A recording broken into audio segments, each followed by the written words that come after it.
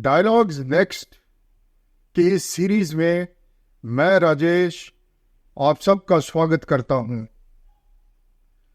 हमारे साथ आज फिर एक बारी ओआरओपी के टॉपिक पर बात करने के लिए lieutenant colonel GPS Virk.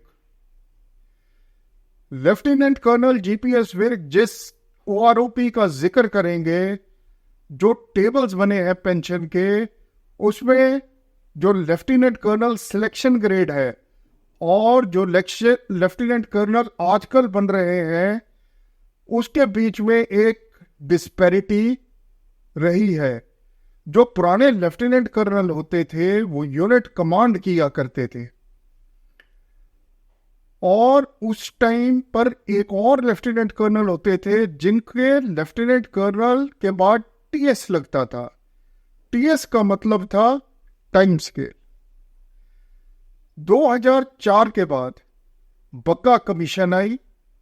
Bagga commission में 13 साल में विदाउट सिलेक्शन ग्रेड 13 साल जिसकी सर्विस फौज में हो जाती थी अफसर की, उसको लेफ्टिनेंट कर्नल बनाना शुरू कर दिया।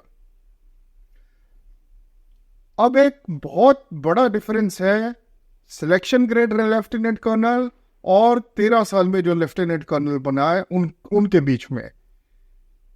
यहां हम बात करेंगे कर्नल जीपीएस विर्क से कि इसमें लीगलिटी क्या है, इसमें फंक्शनैलिटी क्या है, और ओआरओपी टेबल्स को किस हिसाब से रीडिजाइन किया जाना चाहिए। सर। शुक्रिया मेजर राजेश, आपने मुझे फिर अपने इस एक सवाल खड़ा किया है जिसका मैं कोशिश करूंगा जवाब देने के लिए, क्योंकि मैं तो 1999 का रिटायर्ड हूं और मेरी lieutenant colonel selection grade means हमारे टाइम पर ये जो भी जो कमांड करते थे या जो मेरिटोरियस ऑफिसर्स थे वो तब करते थे जबकि वो एक सिलेक्शन बोर्ड नंबर 4 उसके अंदर पूरे जो कैंडिडेट्स होते थे उनको इसमें दाखिल किया जाता था, और उसके बाद वो सिलेक्शन ग्रेड लेफ्टिनेंट कर्नल बनते थे। और हमारे टाइम पर यह भी था कि आम तौर पर जो जैसे आपने बोला कि जो कमांडिंग ऑफिसर्स थे वो लेफ्टिनेंट कर्नल्स हुआ।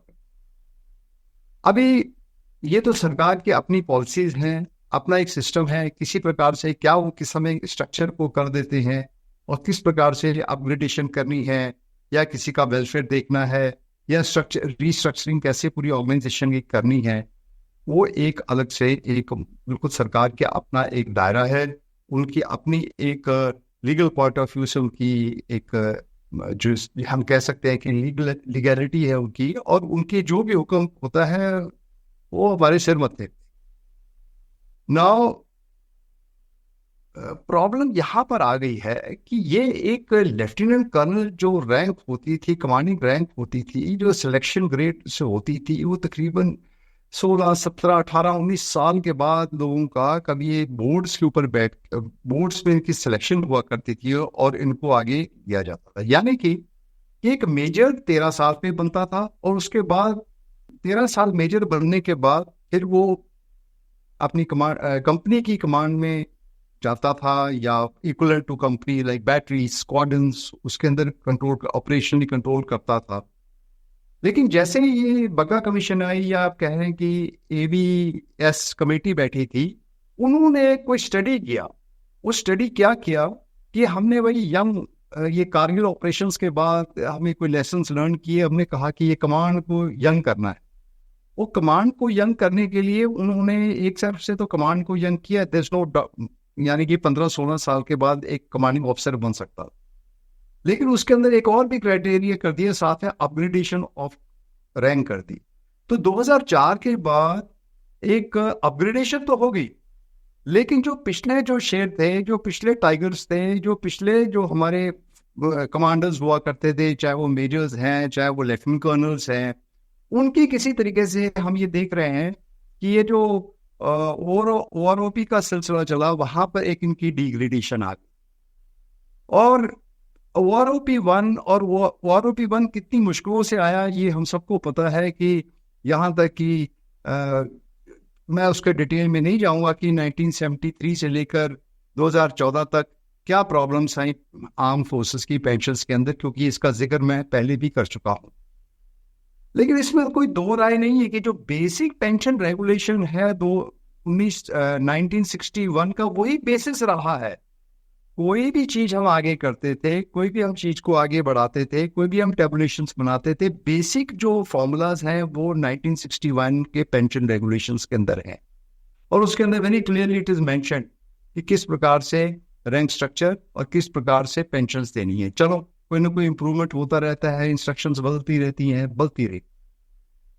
OROP 1 तक तो हमें इतना महसूस नहीं हुआ, क्योंकि उन्होंने एक टेबल बनाया, लेफ्टिनेंट कर्नल जो सिलेक्शन ग्रेड्स थे उनको अभी उनके लिए एक 12A एक टेबल में 12A के टेबुलर फॉर्म पे लाकर उनकी जो पेंशन्स हैं उनको तकरीबन कर्नल टाइम स्केल जो बाद में बने थे 2004 के बाद, उसके साथ थोड़ा पैरिटी में लिया है और इतना महसूस नहीं हुआ। OROP 2 के अंदर भी कोई खास फर्क नहीं दिखाई दिया। बट जब ये OROP 3 आया है, जो अभी ये लेटेस्ट टेबल्स अभी जो इशू किए हैं, उसके अंदर एक लेफ्टिनेंट कर्नल जो सिलेक्शन ग्रेड्स थे और रिटायर हो चुके थे 2004 से पहले, उनको, और खास करके अभी हमारी ये जो मैसेजेस आ रहे हैं उसके अंदर लिख रहे हैं lieutenant colonel this they are using the word little differently, उसमें लिख रहे हैं lieutenant colonel substantive. Now suddenly ये कैसे हमारे पास ये कंफ्यूजन हो गया। तो जब ये लिखा लेफ्टिनेंट कर्नल सब्सटेंटिव, तो तब जब हमने उसकी जो सैलरीज देखी या अपनी पेंशन्स देखी, तो उसको हमने कंपेयर करने की कोशिश की। जब वहां पर मैंने कंपेयर किया तो वहां देखा कि बिटवीन लेफ्टिनेंट कर्नल सब्सटेंटिव जो उन्होंने कॉलम बना के दिया है, उसकी जो पेंशन है, और colonel time scale oblique colonel selection grade जो है इस समय बने, जो 2004 के बाद बने हैं, इन कर्नल्स के बीच में जो है तकरीबन 18 से 20 हजार का फर्क है।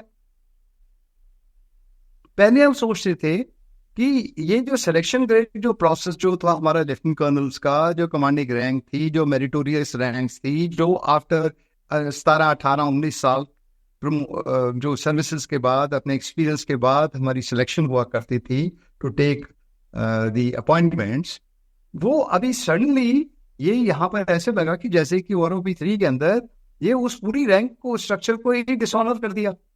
आफ्टर आर्म फोर्सेस के अंदर है क्या?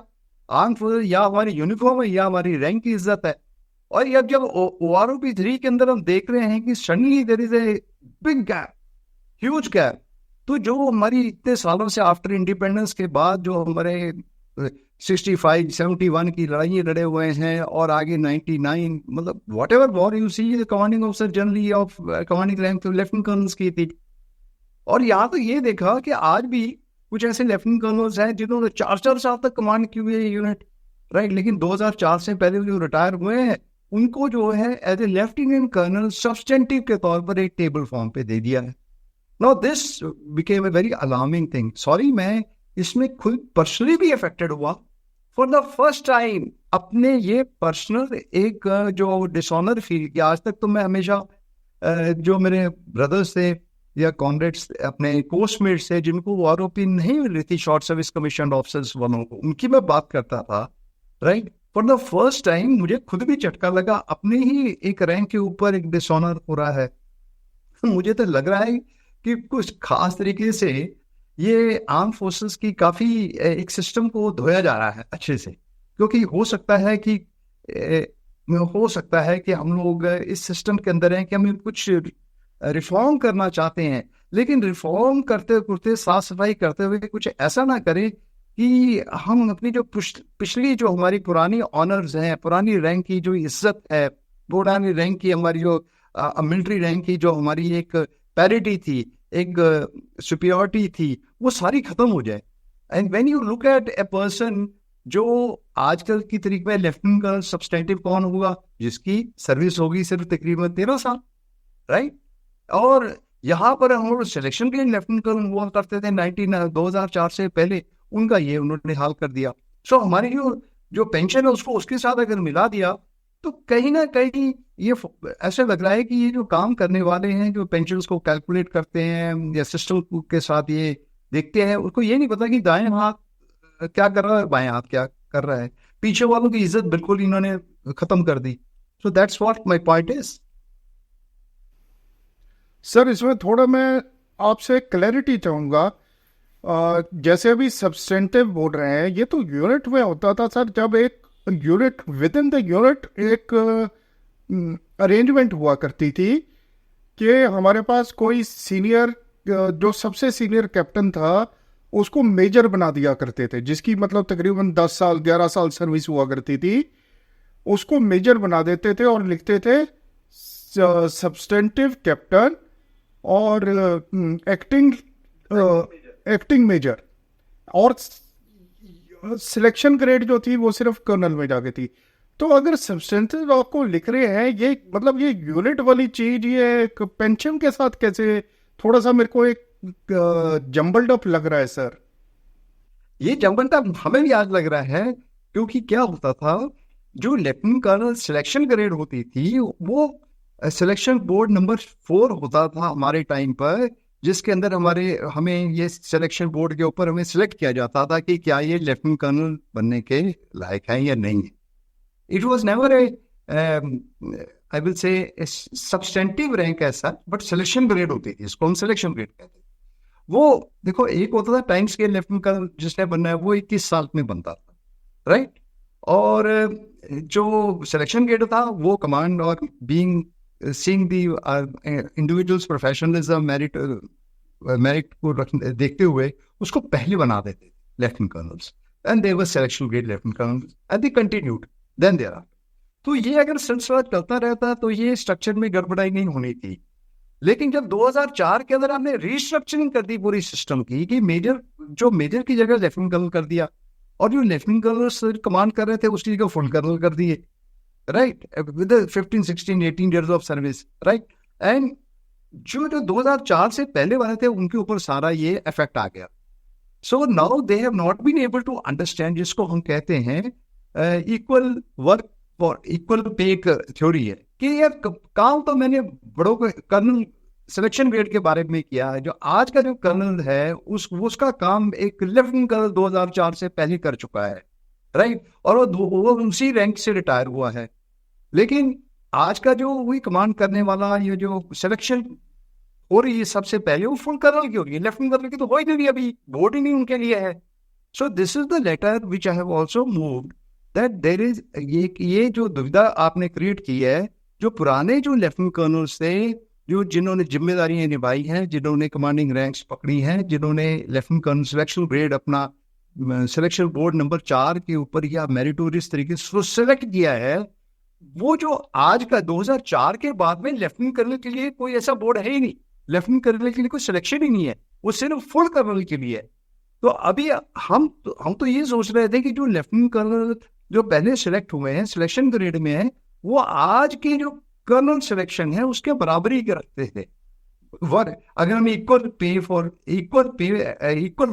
एंड इक्वल पे, अगर वो थ्योरी के ऊपर चले, equal pay for equal work, तो जो 2004 से पहले वाले थे वो लेफ्टिनेंट कर्नल सिलेक्शन ग्रेड वाले हैं, और जो 2004 के बाद है वो फुल कर्नल्स वाले।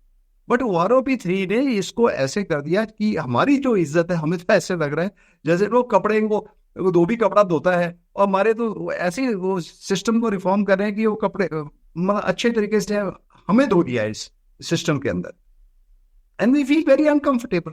इसके हम ये लेटर लिखने के लिए हमने आगे बता रहे हैं कि काइंडली हेल्प अस आउट, ये किसी तरीके से ये जो पुरानी जो इज्जत बनी हुई थी लेफ्टिनेंट कर्नल्स की 2004 वालों की, उनको आप बरकरार कीजिए, और यहाँ पर करेक्शन की जरूरत है। कहीं ना कहीं हो सकता है कि ये गलती हो गई है, और कभी कभी गलतियों को इम्प्रूव भी किया जा सकता है, लेकिन इतना बड़ा सिस्टम हो और इतनी गलतियां ऐसे हो जाए, ये भी मन मानने को तैयार नहीं है, वो भी फॉर यू के लिए। So I can understand anything can happen anywhere. वो वाली मार्केट, शेयर मार्केट तो है नहीं है, एक ही बार में हमें रैंक मिलती है, एक ही बार हम यूनिफॉर्म डालते हैं, एक ही बार हमें ये रैंक मिलती है। उसी रैंक और यूनिफॉर्म और रैंक और फौजी के नाम पर इज्जत पे हम सारी जिंदगी गाड़ देते हैं। लेकिन ऐसा खिलवाड़ नहीं होना चाहिए रैंक स्ट्रक्चर के साथ। एंड आई इक्वली से for even my short service commission friends also. OROP को लेके यही कहना उचित रहेगा कि शायद गेम खेलते हुए गेम के रूल चेंज कर दिए गए हैं। ऐसा लगता है कि एक बहुत बड़ी कंफ्यूजन क्रिएट हो गई है लेफ्टिनेंट कर्नल सिलेक्शन ग्रेड जिन्होंने यूनिट कमांड की और लेफ्टिनेंट कर्नल टाइम स्केल को लेके। आपको क्या लगता है कि ये कंफ्यूजन क्या रिजॉल्व होगी किसी तरीके से? तो ऐसा है कि एक बैच है, जब 2000 खास करके ये जो अफेक्टेड लॉट सबसे ज्यादा जो होगा वो जो 2004 से तकरीबन 8-10 कोर्सेज पहले का और कंटिन्यूसली जो जो उस समय के टाइम के होंगे उनके ऊपर ज्यादा ये इफेक्ट होगा चेंज ओवर का। ये एक देखो जो बहुत पहले के हैं वो तो जैसे मेजर्स हैं, लेफ्टिनेंट, लेकिन लेफ्टिनेंट कर्नल जो सिलेक्शन ग्रेड है वो तो 2004 से पहले जितने भी होंगे वो सारे इस OROP 3 में अफेक्टेड हो गए।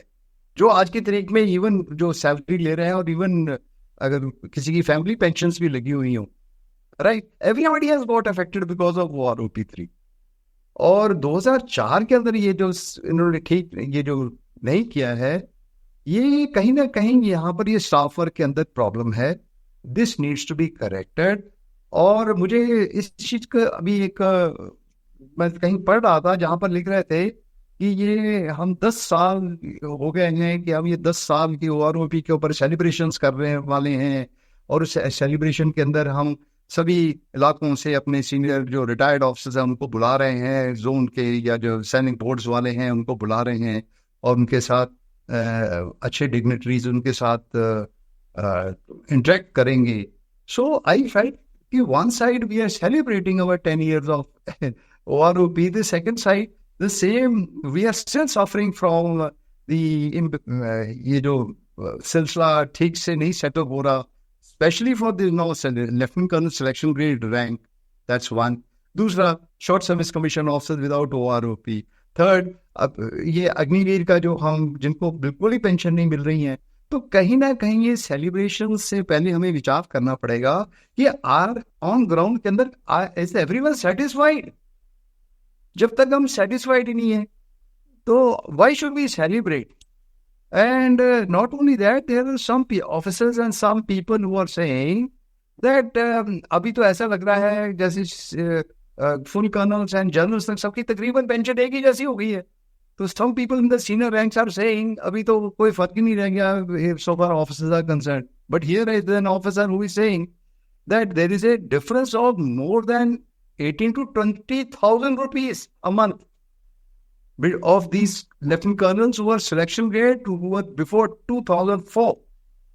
So before we celebrate anything, मेरी तो ये रिक्वेस्ट है कि हम ऐसे सेलिब्रेशंस करने से पहले हमें थोड़ा सा और डिटेल में जाना चाहिए। जहां जहां पर भी हमारी खामियां हैं, जहां जहां कमी पेशियां हैं, उसके ऊपर हम थोड़ी तवज्जो दें। चाहे वो कमेटियां बैठाकर हमें विश्वास दिलाया जाए कि हाँ यार कमेटी बैठ रही है, हम इसको इम्प्रूव करेंगे। तो इसी प्रकार से जहां जहां पर मिलिट्री रैंक का ये जो ऑनर के ऊपर डिसरिस्पेक्ट हो रही है, जहां पर वन रैंक वन पेंशन का जो कंसेप्ट है वो ठीक तरीके से दिख नहीं रहा है, उसको पहले ये खामियों को दूर किया जाए और तब जाकर हमें कुछ सेलिब्रेशंस के नाम की कोई चीज करनी चाहिए या हमें इसकी पोलिटिसाइजेशन करनी चाहिए।